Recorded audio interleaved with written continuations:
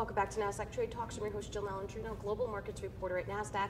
We're coming to you from the 44th Futures Industry Association Conference. Joining me on set, we have Russell Rhodes. He's the head of derivatives research with Tab Group. Always great to have you on with me. Great to see you in Chicago. Great to see you in New York. Really great to see you in Boca. Much better in Boca. Yeah. All right, let's talk about SEF rules. It's been a hot topic of conversation at FIA Boca. Yeah, Christian Carlo, who's the outgoing chair of the CFTC, this has been kind of a hot button area for him. It's something he'd like to get accomplished before his tenure ends, which is, there's not a set date, but once his replacement's approved in the next few months, he will no longer be the chair. SEF rules were put in place about 4 or 5 years ago to basically try to bring over-the-counter trading of swaps more onto a listed type of venue.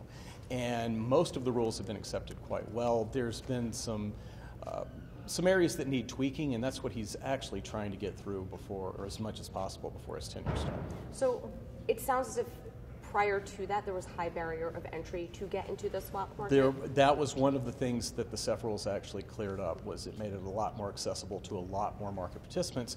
And the result has been a dramatic increase in the number of swaps that by law don't have to trade on the different facilities.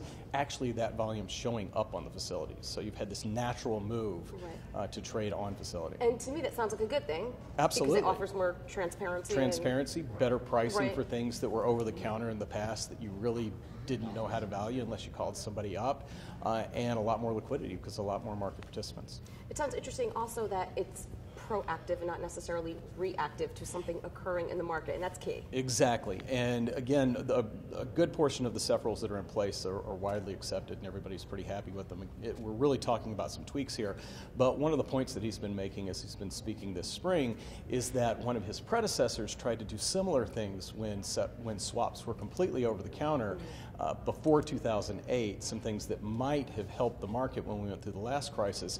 His feeling is he'd really like to do some of these things while everything is running quite well in preparation for the next crisis instead of reacting to it. I would imagine it's much easier to do it, as you said, when things are going well versus a complete meltdown that we saw in 2008. So what are some of the other key themes that you're getting out of the conference?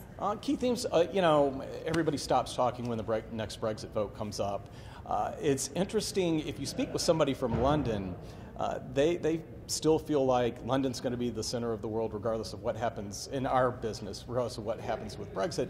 You talk to other people from other parts of the world and they're like, well, Britain's a small country. Maybe they're not going to be as important. It's interesting in the side conversations how you have two completely different views, basically depending on where somebody's from. Well, of course, especially if you're in sales or product management, you might be more inclined to...